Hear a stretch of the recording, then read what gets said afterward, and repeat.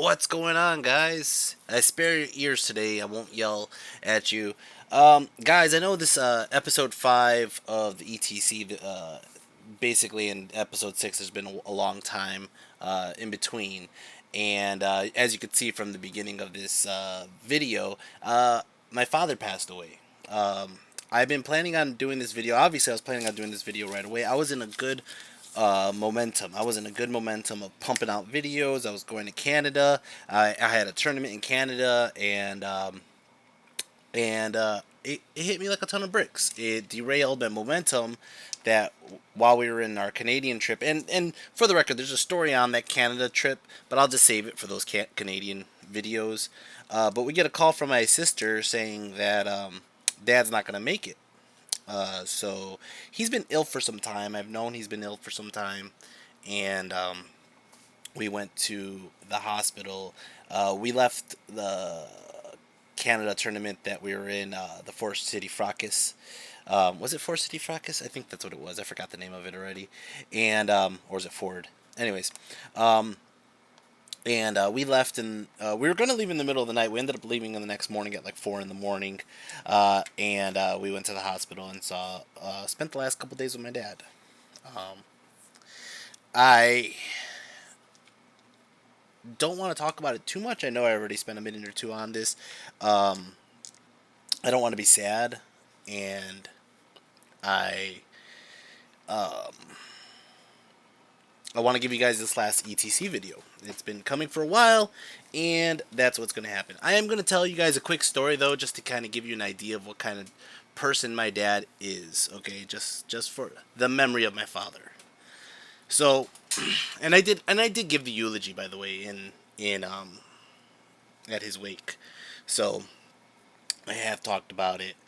So my dad, he I think it was like 2006 or 7, somewhere around there. I used to work for Bally Total Fitness, and for those of you who don't know what Bally Total Fitness is, it was a big corporate gym back in the 2000s, 90s. I think it stretched all the way back to like the 80s, especially in America. Especially in America, they were international. They were everywhere. I worked for Bally Total Fitness. I was a personal training director, and I went into the back and I pulled open a newspaper, and yes, there were still newspapers then, and I think the Nintendo Wii just came out. When the Nintendo Wii came out, they had a huge article in the Chicago Sun-Times. I open up the Chicago Sun-Times and I look at this Wii article and I see a picture of my dad, and I'm gonna show you the picture, right? And it's a picture of him in 1982, before I was even born, playing Pac-Man. And for some reason, I did a double take, and I'm like, that's Dad. I go, but why does this picture say Rick Masters? And I look at this picture, and I'm like, what the fuck? So I rip it out. I kept it. I still have it in front of me. This is obviously the picture of it. I rip it out, and I call my dad, and I go, Dad, I got a picture of you. I showed it to my mom first, and I go, Mom, is that Dad? And she goes, yeah. I go, why does it say Rick Masters? She's like, I don't know. So I call my dad, and I go, Dad, why is this picture of you on the Chicago Sun-Times, and why does it say Rick Masters?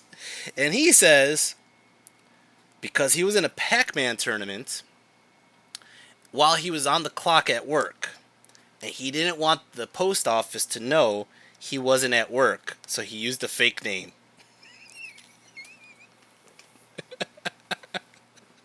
Oh, I'm gonna miss that fat man. Anyways, he won that tournament in 1982, by the way. It was actually, this picture's in State Street, but he ended up going to a tournament in Canada. He won that Pac-Man tournament. He was a big part of my life, and and again, I'm sorry, I'm gonna get to the video shortly, and I really shouldn't apologize. It's my fucking channel. I can do whatever I want.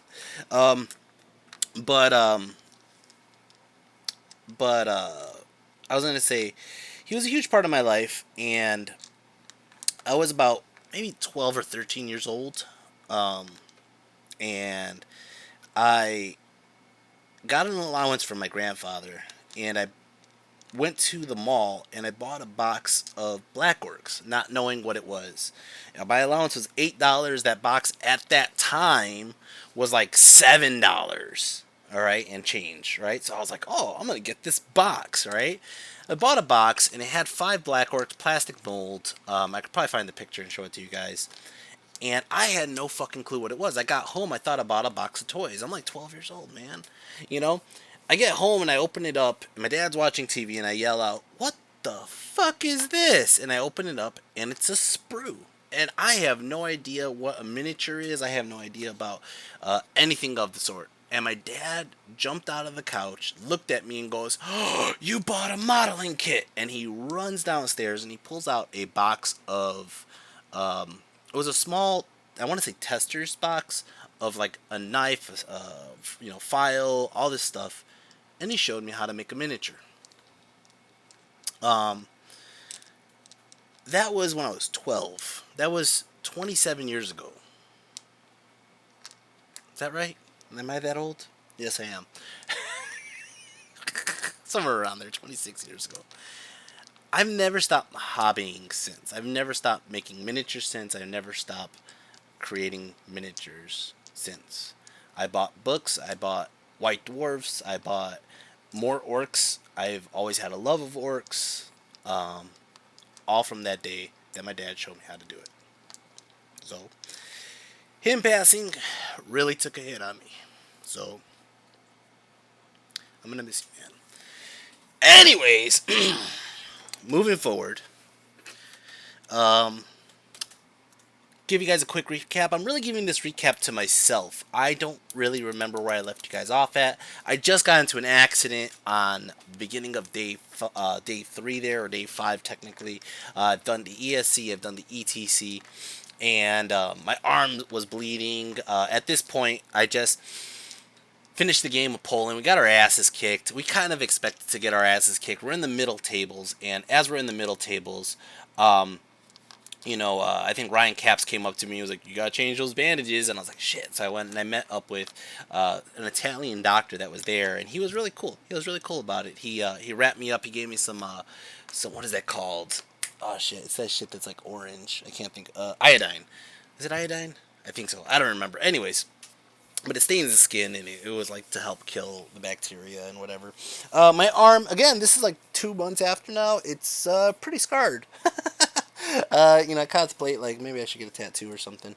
But anyways, going on into this game, we've been staying. Again, this is a recap. We've been staying with the Norwegian, with Hermanard and his son, as well as Halvard and his wife, Hermanard's wife. And we've been staying with them, and they hung out with us the night before. They actually were talking strategies on how to handle Poland, which those strategies did not work well, for the record. We were outclassed by Poland, to be fair.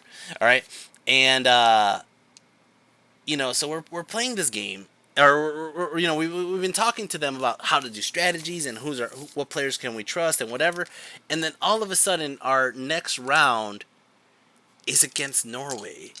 And we were sitting together at lunch. This, like, right when we found out we're playing Norway, we're like, "Oh shit, we're playing Norway!" And then Hermanar just looks at me and he goes, "Should I move? Should I turn around and look at the table behind us, because we need to figure this out." We're all kind of like look at each other like, "Oh yeah, we're playing each other, man."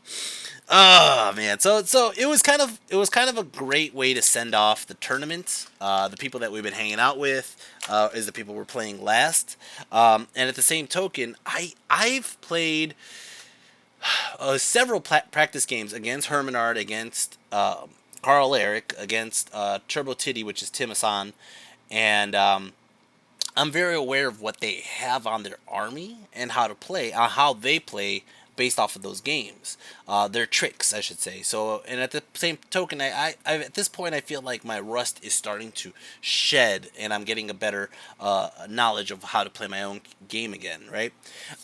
So what I ended up doing was we ended up finishing lunch, and we're all talking at lunch. Who's gonna be tossed out first? Who's gonna be tossed out first? And if I could pull up my own matrix, I could help discuss exactly how I did this and what happened. Maybe not. Maybe not. All right. So it looks like yes. Right off the bat. And again, I'm sorry, guys. This video might be a little bit more choppy than the previous ones because, like I said, I just got thrown off my momentum, man. So right off the bat, we've played Norway our first year. They were our first ETC opponent ever. We won that game. I don't think we played in Croatia. I think Croatia they dodged us, but we played again in Serbia, and then now we're playing again in Italy in Pesaro. All right, and the whole time I was there, I kept on saying Pesaro, Pesaro, Pesaro, and Halvard on this team kept on saying it's Pesaro, Pesaro, and he kept correcting me. So finally, it stuck. By the way, Pesaro. All right, so um, so going into this match, looking at the matrix, what ended up happening was they have a couple people who like nobody wanted to fight. One of them was Jorund, and the reason I even marked off Jorund uh, is I've actually seen him destroy Charlie on my team and in Serbia. Jorund is a very talented player, and he's a very good strong player, I should say, right? Most of us didn't want to play the Vampire Coven, and it was Halvard. For the record, I wish I had a picture of this army. The army was a bunch of dead people, or I'm sorry, not dead people. They were like a bunch of like peasants, and his shrines were like angels, and basically it was a vampire army that looking around, I'm like, dude, where's all the skeletons? And then I look at Halvard, and Halvard looks like Jesus. And I'm like, oh, I get it now.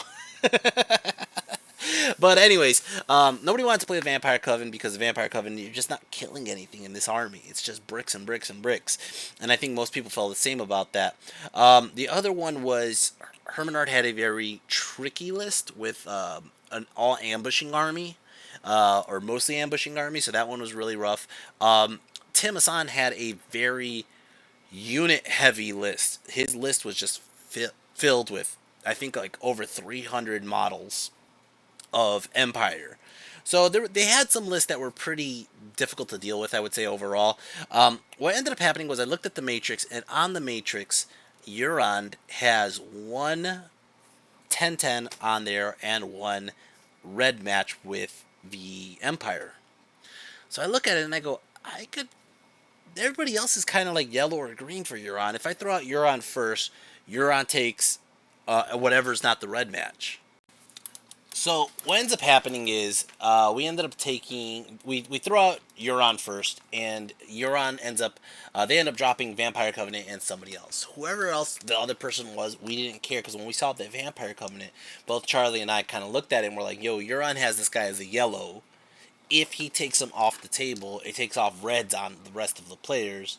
And hopefully Euron comes back with that yellow. So I said, you know what, let's just do that. Let's take that. We both kind of agreed. We're like, let's go for it. They ended up throwing out Dread Elves. We ended up throwing out, I want to say it was Lucas and Charlie. Lucas is our demon player. Charlie's our Vermin Swarm. I wanted Lucas to get this because I feel like Lucas has been getting a bad hand most of the tournament. There's a couple KOE armies that he fought. He got low scores, and I know Lucas is one of my better players, so I'm just feeling like I got to give him a layup. So I throw it out there. They throw Lucas back at us, and they say, we want Charlie to fight Carl Eric. All right. I go ahead and I throw myself out. And I didn't really have a bad match besides Jorund. And I don't know if I said this before because I had to re-edit it, but Jorund is their best player in my perspective. In my perspective, Jorund is their strongest player. I remember in Serbia he crushed Charlie, and and Charlie's one of my best players. So if he could crush Charlie, yeah, he could crush most people, right? So I'm just like, oh my god. So he's playing a so I throw out myself, and I'm like, as long as it's not Jorund, I don't have to worry about it. Excuse me, I was jumping ahead. They ended up throwing out Vermin Swarms, and I forgot who the other one was. I ended up taking the Vermin Swarm because the same reason why we did our Uran, was because if I take the Vermin Swarm, I actually take off a bunch of reds off of our side, or yellows off of our side. So I was like, give me the Vermin Swarm, it's fine.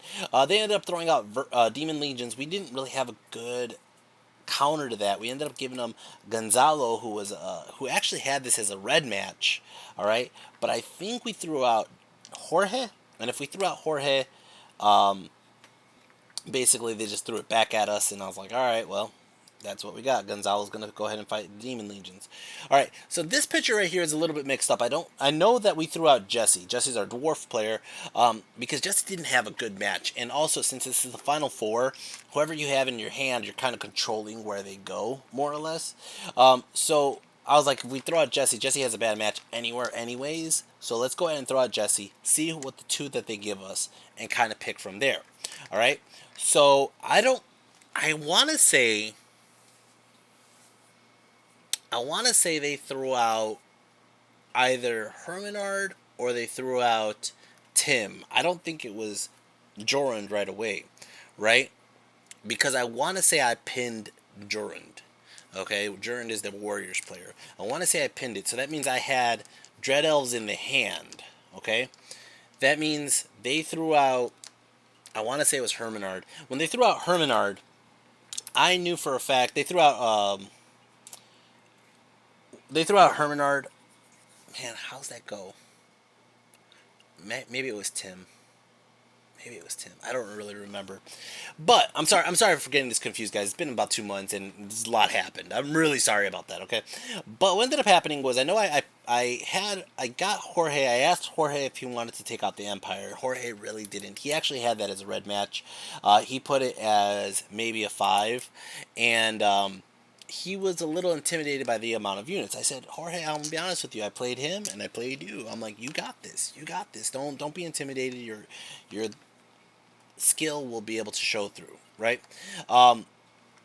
But what I ended up doing was I looked at Neil and I was like, Neil, you sure you can take out Jorund? And he goes, is he a close combat army? I said, yes, he is.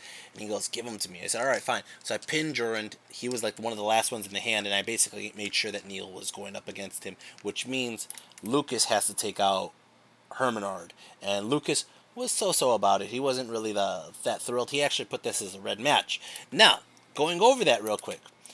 Lucas is a bad match, okay? Euron, my Euron, is a 10-10. Jorge's a bad match. Jesse's a bad match, right? I have an okay match. Gonzalo's a bad match. This is based on our matrix. I'm hoping I'm looking at the right fucking matrix. Holy shit. Charlie's a good match, and is that who I'm missing? I'm missing somebody. Gonzalo's a bad match. So, okay. Gonzalo's bad. Neil's good. Euron's so-so. Orco's bad. Charlie's good. Jorge's bad. Jesse's bad. I'm okay. So that's 4 bad matches, 3 good matches, and 1 10-10.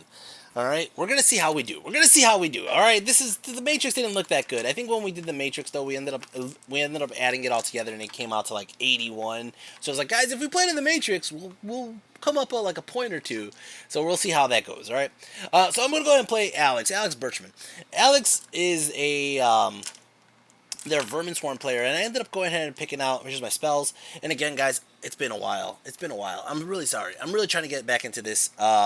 It really was derailing the loss of my father, and I'm trying to get back into it. So please bear with me. I know that the last couple games have been a little bit more exciting, I would say. And the game is exciting, for the record. All right, but just trying to get back into remembering things again. So we got Scorching Salvo, Pyroclastic Flow, Enveloping Embers, and Flaming Swords. S-words. I ended up getting Spectral Blades on Koopa, which ends up coming into play later on. Let's go over what he has for magic. He has Hand of Glory, Wrath of God, Trial of Faith, Wheel Turns, Will of the Wisp, Bewitching Glare, and the Rod of Battle. Now, let's go over his list really quick. Brinchman. Alright, so he has a Swarm Priest on a Bell. He has another Swarm priest with Thaumaturgy. He has a Blood for Legate.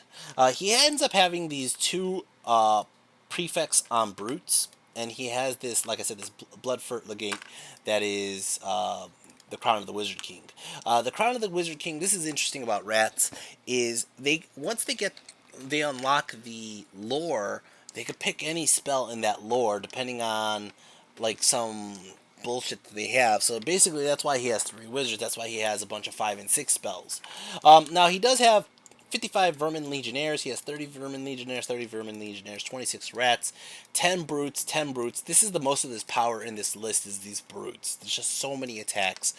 He has 2 Doom Sparks and 1 Arena. beast. Okay, we're playing Dawn Assault, and as we're playing Dawn, is it Dawn Assault? Is that the name of it? I want to say that's what the name is. Let's see, match 6. It is, yeah, Dawn Assault. I was right. And it's capture the flags. Okay, I am very aware it's capture the flags. He goes ahead and he picks sides, and he gives me the side with the building. Of course, the corner closer to Koopa is off limits for me. I go ahead and I deploy everything first because I don't really want to mess this up. And I end up putting my goblins, the BGKs, central because I want the pyromancy to hit the central. I want the bow shots to hit central. So depending on how he deploys, it won't really matter. I go ahead and I leave my black orcs kind of further back. I leave my savages in the center because they should be fine with that much pyromancy backing them up and that much with my spider backing them up, right? And I leave my other goblins back there with the bows. I'm going to shoot whatever comes up the middle. Trolls, K-Pack are off on the right side. The trolls are in 12-inch bubble of the BSB. Left my Ruckus is all the way on the right side somewhere, and my general is hiding behind a building. Did this basically to kind of keep a good bubble with the general. General has a good spot, and in reality, we'll see how that plays. As for my opponent, he plays a left side heavy. Obviously he can't. He doesn't use the ruins. He leaves the Doomspark on the right, probably to deal with Ruckus. Oh, actually, Ruckus goes over there. I see. I moved Ruckus where he was to in the middle of the field. He goes ahead and he drops his giant rats next to the Doom Wheel. We're going from right to left. He has his giant 50 block, his brutes, his bell, his other thing, his other brutes, his other wheel, and his arena beast on the left. All right. So we're going to go ahead and start off turn 1, Orcs and Goblins. Orcs and Goblins turn 1, and as you can see, my Spider Riders vanguarded up, and they're going to move up on turn 1. Now, I did this with all intentions to, if he wanted to charge me, he's moving closer to my Trolls, or moving closer to Ruckus, or the K-Pack, right? So I kind of keep my General far enough away so he's not going to get blasted by the Doomspark. I got to keep my General alive. I understand that.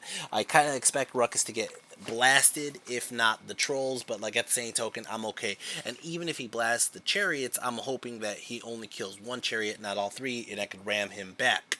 So we'll see how that goes. We'll see how it goes, okay? So I move up the right side like so. I kind of keep my left flank back. I move Koopa to the left.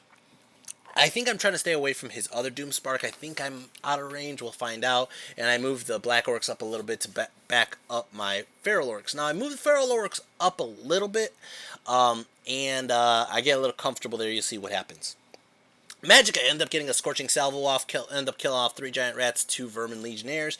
Go ahead and I do a Pyroclastic Flow onto the Doom Wheel, end up doing only 1 wound. Go ahead and I start shooting my shooting phase with the bows, end up killing off a bunch of giant rats. At this point, I'm just trying to weaken up what there is, because if the hordes have ranks and all that stuff, I'm going to be kind of, stuck for a while. So I'm just starting to pick off wounds. I don't think I have a full strategy planned out yet at this point. I think it was just kind of shooting whatever I can at this point. So I did. I shot a bunch of giant rats, and it really didn't do too much. Let's go off turn 1, Vermin Swarm. Vermin Swarm turn 1. He charges his Legionnaires here into my spiders. Now, he's not going to get everybody in like you see here. He kind of just gets a chunk in, which is fine. But that's just what it is, more or less. Magic. Oh, do I have a picture of his rest of his movement? Here you go. This picture right here. He ends up moving his Doom Wheel back a little bit to stay away from the Trolls and the K-Pack, of course. He moves up his brutes and everything just a little bit forward. He's kind of inching forward at this moment, and really that's how the table looks. Not really much going to happen there. Magic, he gets a 1 on the Flux, and I don't think he drops a comment. I think he tries to drop a comment. I think he's afraid to drop a comment because it's a turn 1, so he just kind of sits back. I think I just dispelled something. I had the crystal ball, so I was able to dispel easy, and nothing else really happens. His combat, he only ends up killing off 4 spiders, so the last spider runs, and it runs right in front of my Trolls, chaffing myself. He sees this, I see this, and I'm like, son of a bitch, that sucks, because now my Trolls can't charge forward. It actually changes my plans. It's going to start off turn 2, Orcs and Goblins. Orcs and Goblins turn 2. I don't even wog. I wanted to wog. I thought about wogging. The K-Pack's on the hill, and I'm like, you know what? I think I need like a 10 to get into that Doom Wheel. I'm just gonna go ahead and try to charge it. I really thought about wogging. But the wog comes in later in a very important role. All right, so I go ahead and I charge the K-Pack in. Boom! They get in. Holy shit! I got in. Okay. So I go ahead. I think my goblin failed to rally, ran through the trolls. Trolls move up ever so slightly. I think I kind of screwed that up the because of the rally. I ended up moving. I think I moved Ruckus back a little bit because I don't want Ruckus going in alone, and I don't want Ruckus to be charged by himself. I'm kind of just letting the K-Pack do their thing, right? And I'm kind of playing a defensive formation. I moved the feral orcs up a little bit, and this is going to be something that is going to bite me in the ass towards the next turn. Magic, get a 5 on the flux. Go ahead and I do a flaming swords here. Go ahead and I start shooting into the Fethis brutes, and I end up killing off only one Fethis brute. Okay, that's all that really happened in Magic. Over here, close combat, I end up ramming the hell out of this Doom Wheel, blow it up, boom, right there, and I turn the K-Pack around to face the flank of everything else. This kind of puts him in a position where he has to do something or else he's about to get rammed by K-Packs. Alright, let's go start off turn 2, Vermin Swarm. Vermin Swarm turn 2, but this is how the table looks. He goes in and he turns his Giant Rats to face the K-Pack, figure they're going to take the charge. He moves his Vermin Legionnaires backwards. He actually put up I think it was like a Hand of Glory on them last turn, so that's kind of the reason I don't think I wanted to charge them with the Giant alone. But yeah, that's how the table looks. Magic, he got to 8 on the flux. He goes ahead and he drops a Comet, a Wrath of the Rat Gods, the Demon. Anyways, he's going to leave it right there in between Ruckus and the Trolls and my BGKs and the boys. And that's really what happens. He didn't charge anything in close combat. I think they're doing a dance on the left with Koopa and his Arena Beast. It's going to start off turn 3, Orcs and Goblins. Orcs and Goblins turn 3. I go ahead and I charge Koopa in. Koopa gets in. Boom, right here. Now, he was okay with fighting Koopa. He thought he would win this combat, but it looks like I got Magic off. Magic, I go ahead and I get Spectral Blades off, and Koopa ends up just ripping apart this A-Bomb. The rerolls to wound were clutch as the Koopa goes in, does 3 wounds, but before, I think the Arena Beast gets to go at the same time as the Spider does, so he ends up doing a wound onto the Spider, but I end up going ahead and doing enough wounds to kill him. Now, as you can see the table right here, I'm looking at that table edge, and I'm like, alright, if I roll a 6, I could get off the table, and he has nothing to charge. So I'm like, you know what, I'm going to overrun on purpose. I don't want his Brute and his Doom Wheel and his Bells to charge into Koopa and just destroy Koopa. So I'm going to overrun. I'm going to overrun off the table. So I go ahead and I go for the overrun, and I run like 4 inches. You fat fuck, Koopa! God damn it! Alright. Alright, over here. I did charge my K-Pack, obviously, into his Giant Rats. End up killing off only 5 on the impact hits. And I end up doing a little bit more with the dogs and the goblins. What ended up happening is I think they end up running. They run away. And I tried to restrain, but I failed to restrain, or I think that's what happened. So I end up overrunning, killing them off, and I run like an 11, which basically covers my own goddamn charge for the next turn. God damn it! I keep on thinking this like little shit getting in the way of the trolls. It keeps getting in the way of the trolls. The trolls just want to do their job. They have one job to do, and everything is getting in their fucking way. All right, it's gonna start off turn 3. Turn 3. Vermin Swarm. Vermin Swarm turn 3. He sees something that I don't, and this bites me in the ass. It really bites me in the ass, okay? This probably wouldn't have happened if I had my movement trace from movementtray.com. Alright, guys? But I don't. And he sees that I am giving up a flank to his Fethis brutes. Do you see that? Do you see that? I didn't even see it. All I had to do was tilt ever so slightly. If it was a front charge, he told me he would not even fucking bother going into the front. But going into the flank, he's like, I have to try, don't I? Now, it's like a 10. Okay? It is legit a 10. Now, he does get Swift Stride on the flank. Okay? So he's going to go for it. He's going to charge his other Fethis brutes into my, I want to say the K-Pack, and I fled the K-Pack on purpose. I said, you know what, the K-Pack did their job, they're in my way, fuck them. So they ran, which kind of leaves these Fethis brutes to kind of just run into nothingness, okay? He charges his other rats, his Legionnaires, into my Trolls, and they fail that charge. The Fethis brutes fail the charge. I think the Fethis brutes are trying to redirect them to Ruckus, they fail. These motherfuckers make their 10. God damn it! Oh, I was looking at this. I was looking at this and I was like, oh, this is so ugly. At this point, I am literally calculating all the goddamn calculations. Like, how many wounds does he need to do? He already breaks my steadfast. How many this? How many that? And then, not only that, I am 7 wide and my goblins are on the other side of my savages. So if I'm 7 wide and they're supposed to be an inch in the other side, it means he only needs 8 inches to get to my other units. Even though the movement trays are all pushed up against it, literally, technically, he only needs 8. And I'm like, oh, this sucks. This sucks so bad. I fucked up. I fucked up. I'm thinking, shit, I really fucked up. I fucked my team. This was supposed to be a good match. Alright? As you can see, oh, actually, these rats do get into the trolls. Alright. I forgot about this. Again, like I said, it's been a couple months. I'm sorry, guys. I'm really sorry. Anyways, that's how the table looks. Now I'm hoping to God I pull off some miracle. I'm hoping to God like he does, 3 wounds and I ward save them all and he just rolls shit. I'm hoping that, right? The comet does not come down. Oh no, I'm sorry. The comet does come down on his magic phase. Ends up blowing up 3 goblins. Does a wound onto Zod. Does 5 wounds. 5 onto Ruckus, and doesn't do a goddamn thing to my trolls. Alright.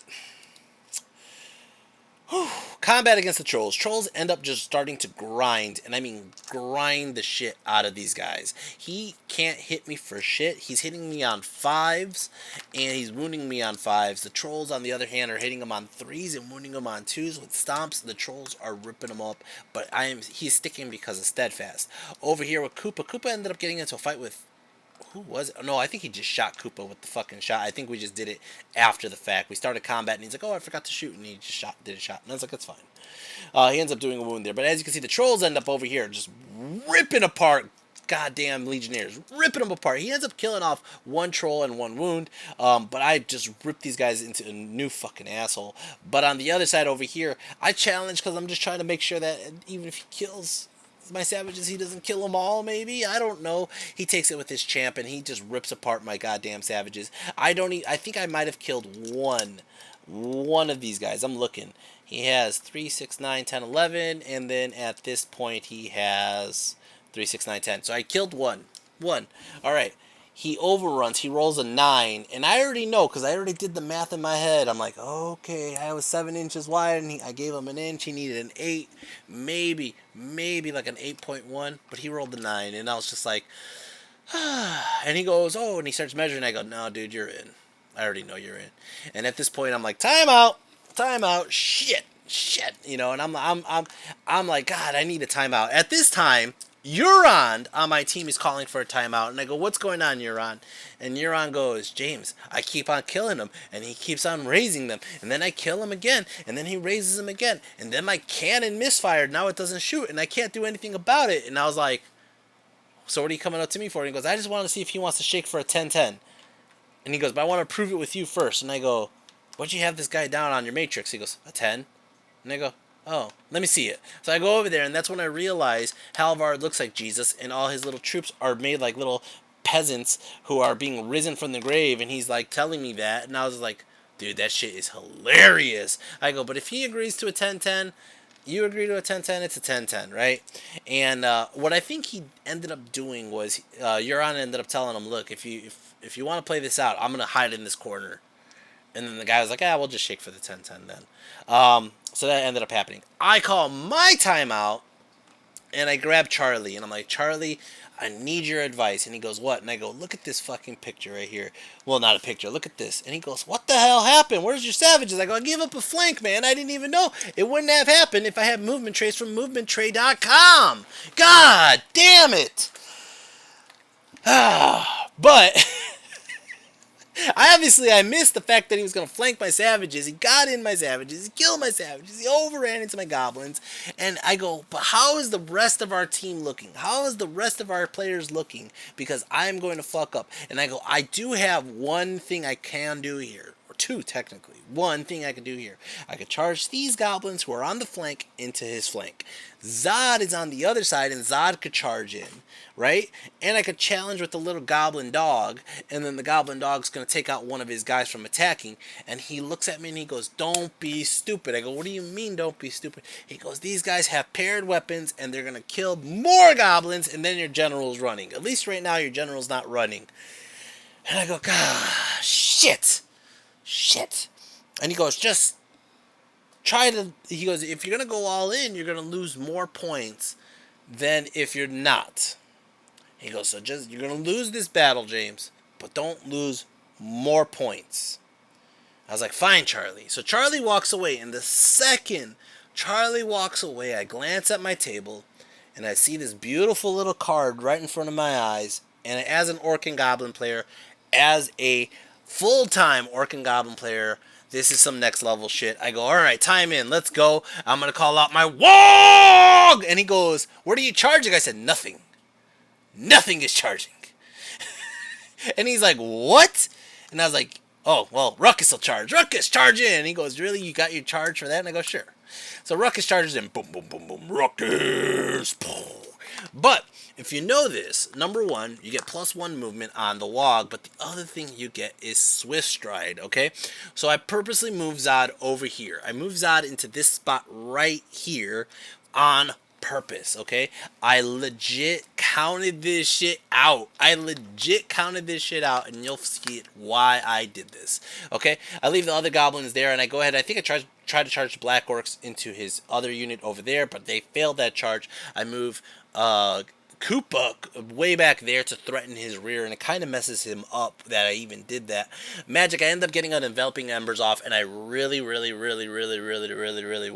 I would have followed this through, because I end up killing off, look at this, 4, 8, 12, 15 of his guys in that unit. And again, that unit started off with, hold on, let me go back, 30 guys. So I probably killed a couple from other shooting phases, so he's down to like just about a dozen left, and I really just want to keep picking wounds off of this unit, but I think I fail it, and it's flag scenario, okay? Now, this unit, and that's the other thing too, since it's flag scenario, I'll probably lose this. This unit right here, only a couple guys could shoot into them. I end up picking off a couple wounds more, and like I said, I really wish I could just keep picking wounds off this fucking unit, right? My trolls in Ruckus end up finishing off the other unit of Legionnaires, that big horde. I reform the trolls this way to face this way, because I realize his rat ogres are going to come this way, his brutes are going to come this way, okay? And I do this on purpose, but I let Ruckus run out of the way with the other unit, chase them, get them off the table, that it is a flag scenario, right? Over here, close combat. He ends up wiping out, I am not shitting you, he ends up wiping out every single goblin. Every single goblin, okay? Now, he, based on initiative, I think his character swung last with a great weapon or some shit, and he ends up, I think it was a great weapon, he ends up doing 1 wound onto my BSB. Let's see if he has a great weapon. No, he has a pistol. I don't know who swung, or it was a stomp. That's what it was, the stomp. That's how he did it. Anyways, so he ends up killing every single goblin, which was 17 wounds, okay? He 18 with the stomp. I run, and when I run, I ask him, do you chase with Swift Stride? And he goes, no, I don't have Swift Stride on the chase. I go, well, I do, cause of the WOG. Run, little goblins, run! And I run 9 inches just outside. He rolled a 7 or an 8, and it leaves him right there. And look at Zod. Zod is just watching these guys like, yo, you want to come this way or not? Now, it's not favorable to Zod, but these guys are, I think, like strength only like AP1, I want to say, so they really won't go through Zod's armor, and he might be stuck there for a while. So we'll see how that goes, right? It's going to go ahead and start off turn 4, Vermin Swarms. Vermin Swarms, turn 4, he charges into the Goblins. Goblins run right through Zod. Zod doesn't give a flying fuck. I'm like, alright, you're going to redirect into Zod? He goes, no, I'm going to redirect into the flank of your goddamn trolls. And I was like, oh, shit, I did it again! Oh, what the fuck, James? What the fuck? This wouldn't have happened if I had movement trays from movementtray.com. Look at this shit. Look at this shit. Oh, God. So he charges into the flank of my trolls. Same exact scenario that got me in this problem in the first place. The same exact scenario, okay?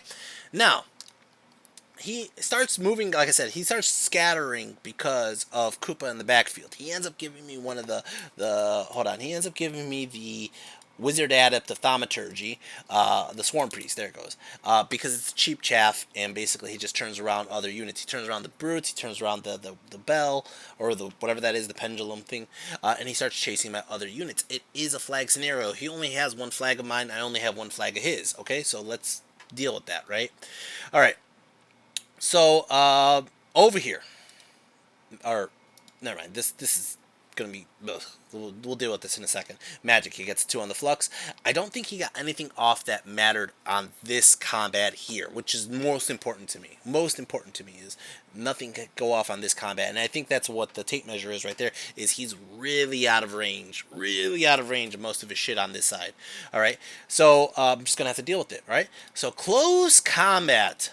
Holy shit. Alright, you ready for this? Close combat. They are not immune to fear. They are not immune to fear. Okay? He whiffs. Fails his fear, hitting me on 5s, wounding me on 4s, and my regens. He doesn't do a single wound. Now, I think I might have done like a wound back, okay? But he has a charge. He has 2 ranks. I don't even know, does he technically have banners? No banners, okay? Charge, 2 ranks, and a big flank. Okay? He's up by 5. I don't even think I did a single wound to him. But I do have a rank. Okay? So he's up by 4. He failed fear because he fucking... And then I figured I would win that, like, or not win that, but do some extra wounds because he failed fear. But I only have 1 guy touching, so that really didn't do me any good. Okay?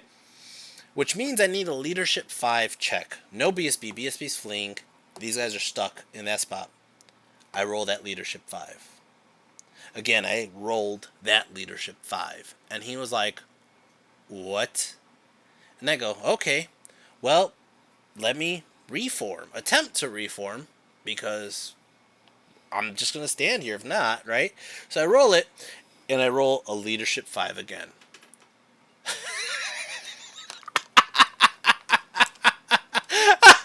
He was like, what are the fucking odds of that?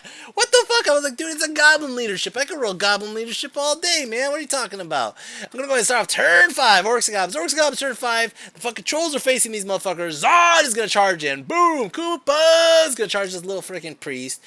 Oh, and Ruckus is going to be a little asshole and run in the middle. Now, Ruckus is dying. I know Ruckus is dying. It's fine. I move my goblins like so.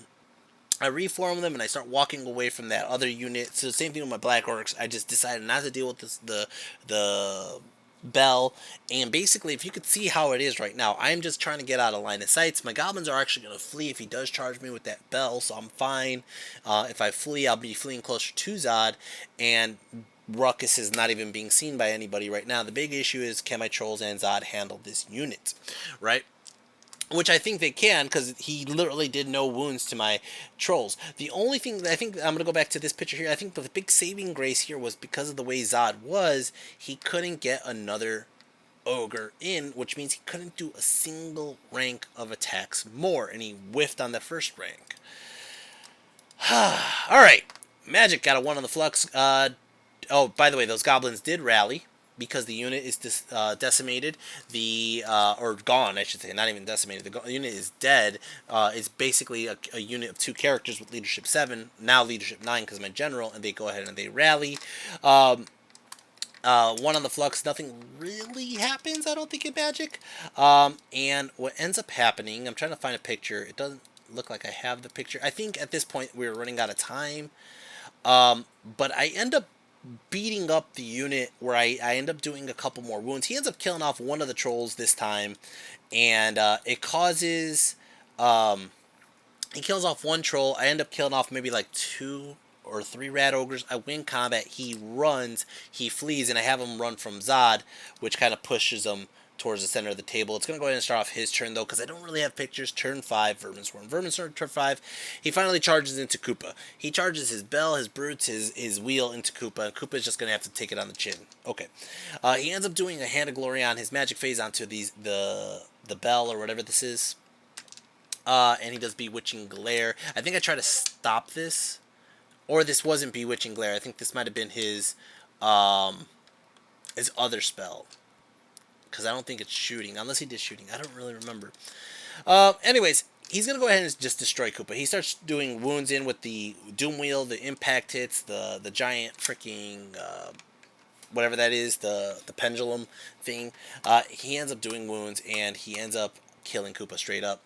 Koopa does go at the same initiative as whoever kills him, so I end up going ahead and I end up killing off his Doom Wheel, because I just figured might as well get points while I can. So Koopa just ends up going out, killing the Doom Wheel, and Koopa dies. Let's go start off turn 6 Orcs and Goblins. Turn 6 Orcs and Goblins, as you can see, he did rally this unit of Fethis Brutes. The Fethis Brutes ran to the middle of the table, away from Zod, away from the Trolls. I only had one Swift Stride. I don't even think I let Zod charge fully. So what ended up happening was I charged now. Now, I'm looking at this. I have no Wog. Basically, these are my 3 units. My Goblins fled like I said they would, okay? And the reason I fled with the Goblins is because it's a flag scenario. It just says the flags need to be alive. It doesn't necessarily care if they're fleeing or not. The flags are still alive. So I'm trying to get at least 2 flags. That's what my goal is right now. So my Black Orcs are staying out of it. They're actually staying out of line of sight of everything. What I try to do with Ruckus is I try to charge past his Rogers, his Fethis Brutes, okay? I'm trying to charge past them. Charge in with the Trolls, let the Trolls win combat, and run away from the Trolls, and overrun into that Bell. I did not eyeball this correctly. Obviously, my eyes are fucked up today. Alright, so when I charge in, Ruckus goes in, as you can see, my Trolls will overrun into nothingness. They need a huge overrun, and they will run into the ass of Ruckus. I was hoping they would run into... I was hoping that the side closest to Zod would overrun into the edge of the Bell. This would have made more clear if I had movement trays from movementtrays.com. Alright, my Goblins failed to rally, but it doesn't really matter because they are still on the table. That's why I reformed them into... rank of 3 because I didn't want that little edge to run off, and basically I'm able to stay on the table. Zod goes into that over there, Ruckus goes into the middle, and my Black Orcs go too wide and kind of just conga line like this to get out of line of sight of his other Rat Ogres and anything that could combat. The one thing that I'm worried about, is Ruckus dying. If Ruckus dies, I'm going to, and at this point I don't even realize that Ruckus can die because I'm thinking my Trolls are going to go in, okay? But at this point, if Ruckus dies, he could reform and charge whatever he wants, okay? This combat, I end up getting a Flaming Sword off on the Trolls, which is just fucking beautiful, beautiful. Alright, combat, Zod goes in, challenges, takes out his champ or his character, his Fethis Brute character. The Trolls end up just ripping apart these guys. They are struggling. This unit is struggling to fight the Trolls, the River Trolls. And what ends up happening is I win this combat. He flees, and like I said, I could flee into that unit over there. I think Zod could go in, but Zod would be fighting the Bell by himself. And I decided not to charge, or not to follow, because the Trolls can't even get in without running into Ruckus. Oh, that sucked. That sucked. Oh, well. So Ruckus ends up killing off a bunch of guys, by the way. Ruckus ends up killing off like 8 or 10 guys, and he sticks there for a turn. His turn 6, he basically turns around, puts up a spell on him to get, like, I think a ward save or something, but he fails to kill Ruckus. He can't do a single goddamn wound to Ruckus, and Ruckus just starts beating the shit out of the Bell just for the hell of it. I think I end up doing like 3 wounds onto his Bell, but Ruckus just kind of sits there. And that's basically how the table looks at the end of the game. Now, his other Fethis Brute unit ended up running through Ruckus, running through my Black Orcs. They ended up getting away. I want to say, did we tie objective? Let me see what New Recruit says. Yeah, it was a draw. I was hoping I could catch that unit. I actually think that's what it was. I was hoping I could catch the unit with the Trolls. That's why I charged with the Trolls anyways. But he got away both times. Him getting away both times got the draw. If I would have got that unit or killed the other unit with fire, I would have had the win him the objective. All right. This is how the table looks turn 6. He doesn't kill Ruckus, okay? The end of the game, He didn't kill. We got a draw on objective. He didn't kill my goblins. He didn't kill my black orcs. He did kill my savages. Okay. He's winning. I know he's winning. Okay. I know I didn't kill enough units. Okay. I didn't kill enough units to know. Like, you could see most of his shit's dying, but not dead. Same thing with me, though. Okay. But the funny part is my players are coming by, my coach is coming by, and they're looking at my game, and they can't tell who's winning or losing because it looks like he's stressed out, and I'm having a great time, and I'm just laughing my ass off because Ruckus is just still there swinging. The trolls fucking punked the brutes, you know. Like, I'm like, hey, my guys are doing great. Now my pyromancy really was too far to do anything really. So by the time they fled and they rallied, they were just way too far. So they couldn't help. Excuse me. Overall, he got a small win. He got 445 more points than me. I probably would have got more if I would have followed up with that unit. I think I probably should have charged Zod to get that unit, but I didn't. And then even though he ran through the DTs of the Black Orcs, he didn't kill enough. I was really hoping, though. I was really hoping that I would have got him. I really wanted that unit with the freaking pendulum on it. I really did. I wanted that unit because that would have got me the objective. But as you could see, I want to say I fucked up. There was a turn where I did a pyromancy, a pyroflow, where I really should have just done enveloping embers. And I probably would have got a lot more damage done a lot earlier, especially when he had the 50 rats, the 50 Vermin Legionnaires. I think I fucked that one up pretty early on. I think I just kind of remember that. Overall, it was a fun game. I'm going to leave you here with a minute with Alex, and he's going to tell you how the game went. Alright, I remembered this time to do the video right away, okay? So this is my opponent, Alex, here. Let me try to clean up that screen real quick. Alright, Alex, tell him what did you think of the game, how it went, what do you think could have went different? I think it was a really good game. It was really close. I had a really nice charge into the Orcs. Yeah, you did. That really made the game 10 swift. But then some dice didn't go my way on the overrun or the next charge into the trolls. And it turned into a more exciting game instead. Yeah, it did. Yeah, it did. So yeah, the pyro didn't do so much, I feel, this game. Yeah, I really wanted to burn the rest of those rats. Yeah, I know. But we were running out of turns. 4 inches away. Yeah, I was running out of turns, and I was like, you know, yeah. Well, yeah, it was a really close game, really fun. It was a good end to ETC. It was a good end to the ETC. It looks like we got to put in points. We still have 15 minutes on the shot clock there, but points are becoming. New recruit is lagging, and they were not showing us the actual points. We can't put it in. So gets removed. Yeah. All right. Well, thank you so much. Yeah. All right. It was a great game, and thanks for the feedback. Yeah, no worries. And if you guys ever go to Norway, play this guy. So the end of ETC. The end of ETC. All right, guys. So let's go back. I mean, you guys probably already know who won. That's the truth. The truth is you guys probably already know who won. All right. Let's see. Everybody should know who's won already. All right.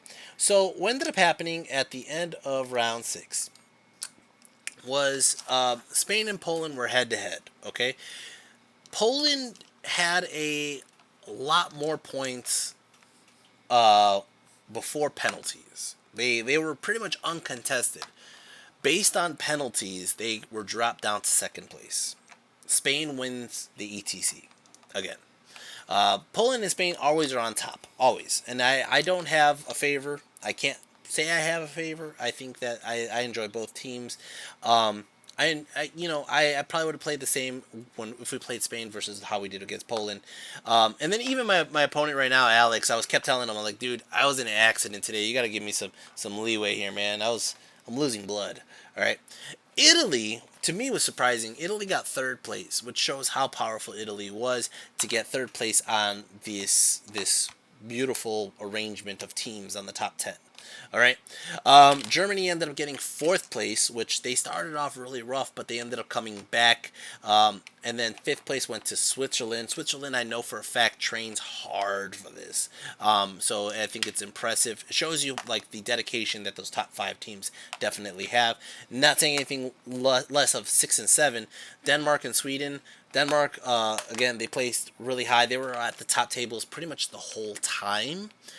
Sweden was the team that we played against, and we lost to them by 1 point. 1 point we lost to them.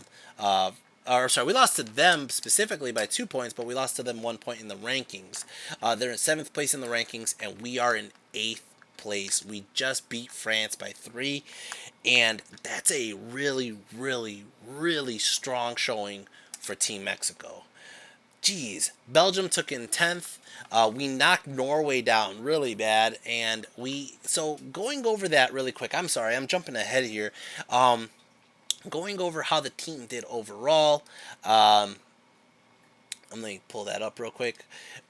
So Charlie came back with a win. We expected Charlie to have a good match. Charlie won, 19-1. All right. During my game, Jorund from Team Norway walks by my guy and says, whatever you do, you need to pick up a lot of points because I got fucked. This Dread Elf player has everything to counter my army.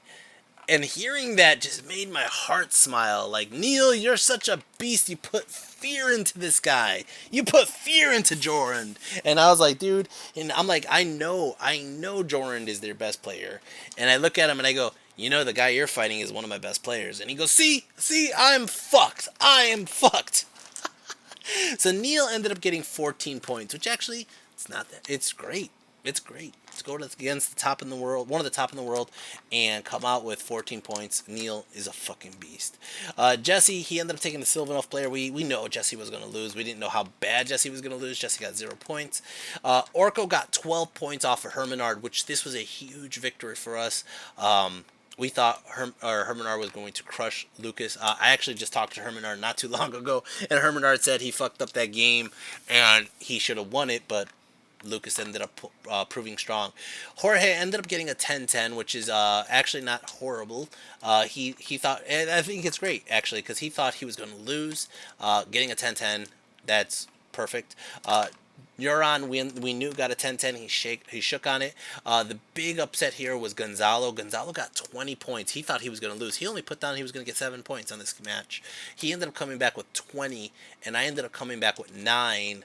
We ended up having 4 wins and 4 wins. Yeah, 4 wins, 3 draws, and a loss.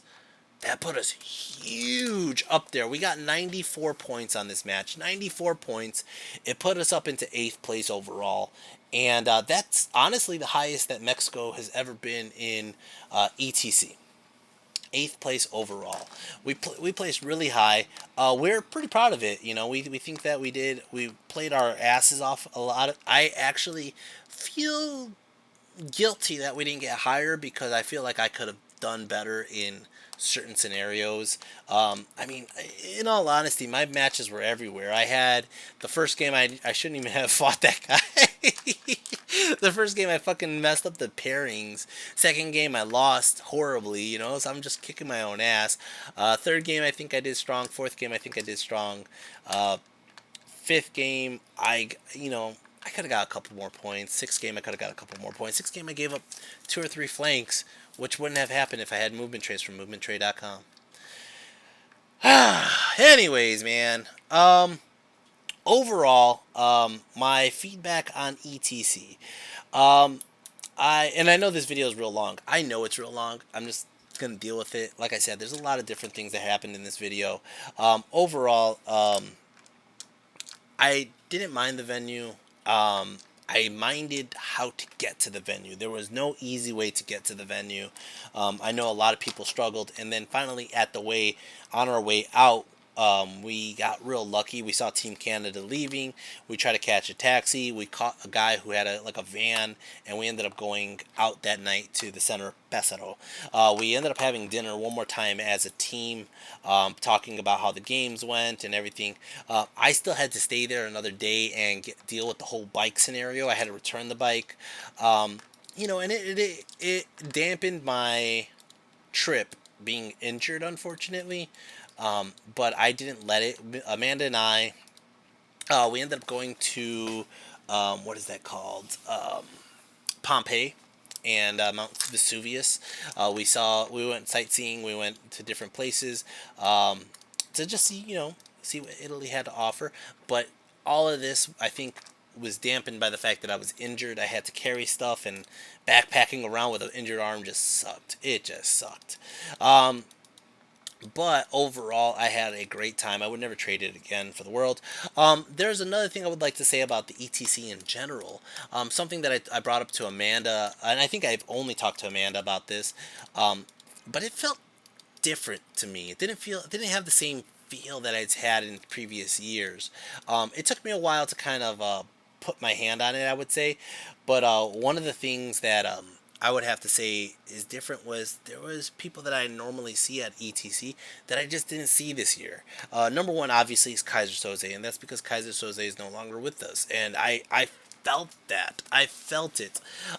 It hit me when I saw Darko, and I only got to see Darko for one day. I only got to hang out with Alex for a little bit, and it was during a game, and I'm like, Alex, I really can't talk to you about your miniature, but I gotta play this game and focus.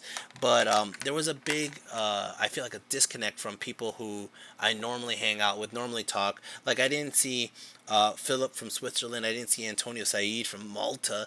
I didn't see Willie from Australia, or Jamie Payne, or Tiny, or Casimir, or Jack Chapman. There's just a lot of people that I enjoy seeing, and I missed them this tournament. And it's interesting. Obviously, we want to make new friends, and we want to make people who belong. There's going to be new people coming in the tournament and old people leaving, obviously, at all different times. But there was a noticeable, like, man, there's a lot of people that I normally talk to that I didn't get a chance to see or talk to at this tournament. And then the funny part is, too, there's people who go to that tournament, like Len. He lives 4 minutes from my brother, and he was on Team Wales this year. And I didn't talk to him the whole goddamn time. you know, but there was a noticeable difference, I think, of people missing. And there's a lot more that I didn't name, obviously. Those are people that come to mind right now. It was a blast to play Norway last, and I know that rhymes. It was only this time.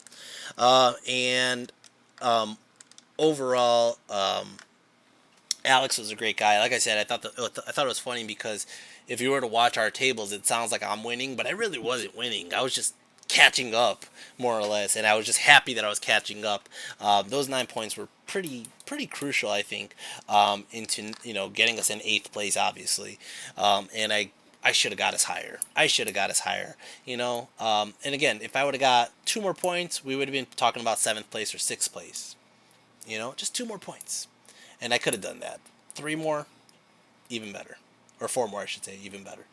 But like I said, we had a good run this year. I'm going to go over my team real quick. I do have that real quick. Let's see here. In last place was my brother, Jesse. Now, Jesse did do something very important that a lot of people don't understand, is he took a lot of bombs. And he was okay with it. Some games he came back with 7 points. Some games he didn't come back with any. So he has more 7s than he has 0s. I'll put it that way. And that overall, he got 22 points total.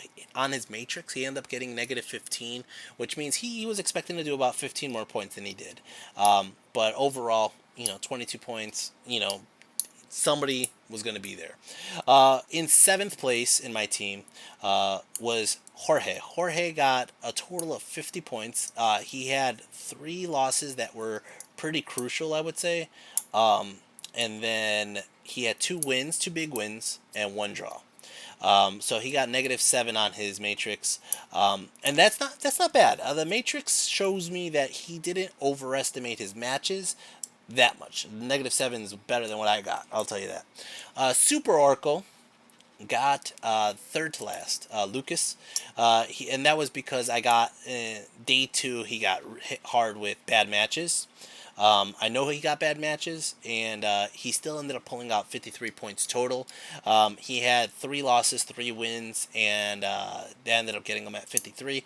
His matrix, he was only at -2, which that shows me that he's spot on his matrix, that he knows how many points he was going to get on each match. Beating him by 1 point was me. I got 5th place on the team. I had 3 big losses, 2 big wins, 2 huge wins actually, and 1 small loss with this last game. I got -14 on the matrix. -14. It's because I didn't expect to fucking lose as bad as I lost on those matches that I. That fucking Empire game pissed me off. I'm just telling you that right now. Anyways, I'm still pissed off about it. It's 2 months later. Going into 4th place goes to Juran. Juran was extremely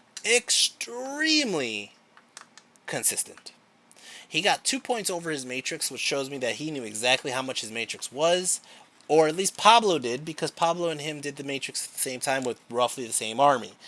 Euron got a big win, several small wins, another big win, and 2 ties, putting him at 81 points. Is a big jump between him and me, a 30-point jump basically, almost.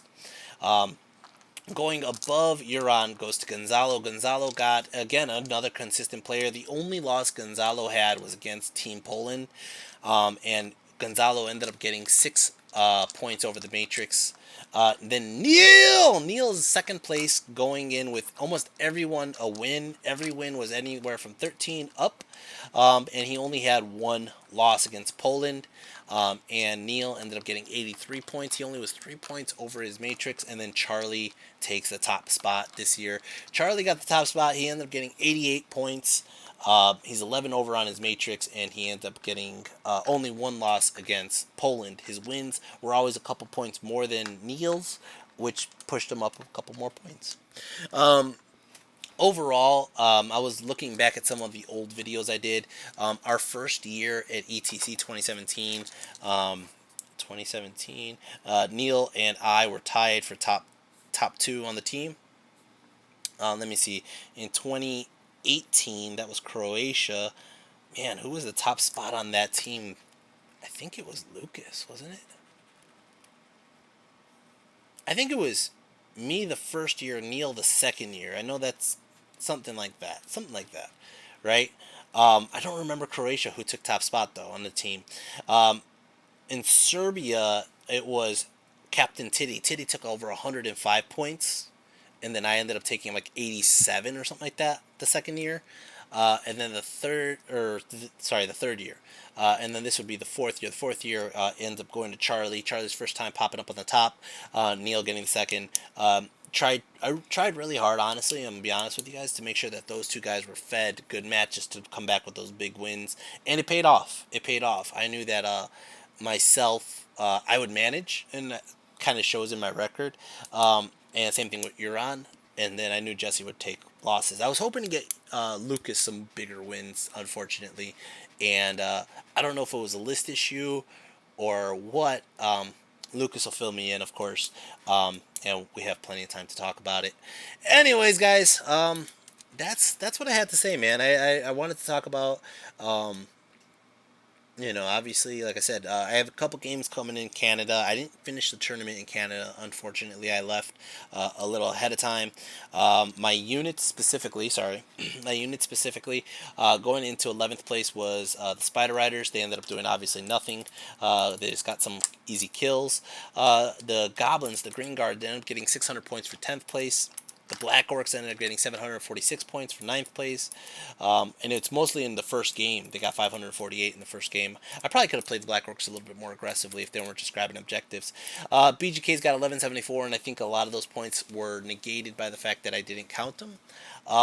Ruckus ended up getting 7th place. I thought Ruckus would be higher. He did have a couple big games, including this one. He got 1583, but that was basically the limit of Ruckus. 6th place, King Koopa is a big upset. He only got 2,300 points, almost 2,400 points, but he ended up getting 6th place. 5th place going to the K-Pack. K-Pack showed consistency this tournament, except for Poland, and got 2,600 points. Trolls ended up getting high up on there, 2,800 points. 4th place. Baxter the Pyromaniac taking 3rd place for 3,000 points. Savage Orcs taking 2nd place for 3,500 points. And General Zod showing why he's the boss at 1st place with 3,765 points took in total. Alright, guys. Well, like I said, that's all she wrote. You know, like I said, there's... I kind of wish that I was able to do this ETC video beforehand to let it seem a little bit more seamless from episode 5 to 6. Unfortunately, I had to take a big break because my father passed, and I ended up having to, you know, take some time to mourn. I do thank my father for being in this hobby, and I do thank a lot of you who were at ETC 2017 for meeting him that year. When he was up and joking around. I know I said that a lot. It was kind of like a, you know, people would tell me that they're sorry, and I kind of did a copy-paste response. It wasn't. I typed it, but it felt like that. But the truth is that I really am appreciative that those of you guys who met him in 2017 know him when he was joking around, making, you know, doing stupid and silly shit. One of the other stupid, silly things he did was... when we played Spain, my brother ended up winning a 20-point win in Spain. And my dad, who was our coach that year, gave Spain those 20 points instead of my brother. You know? And it's like, come on, man. Oh, man. Anyways, he did a lot of silly shit. And, of course, the stories will always be there. And obviously, my love for the hobby stems from him. My love for strategy games stems from him. And I'm still here, so I will always share what I have of him. Alright? Anyways, guys, hope you guys enjoyed that video. I enjoyed making it. And like I said, I got a couple games against War Boss Iron Chin, Kuba. For those of you guys who know him in Texas, he came to Chicago, played a couple games. And then also... I got a couple games in Canada against a Canadian, Justin Kane, Charles Sadler of Evershade Gaming, and Andrew Hetz, also of Evershade Gaming fame. Alright, guys. Hope you guys enjoyed that. Take care. Peace.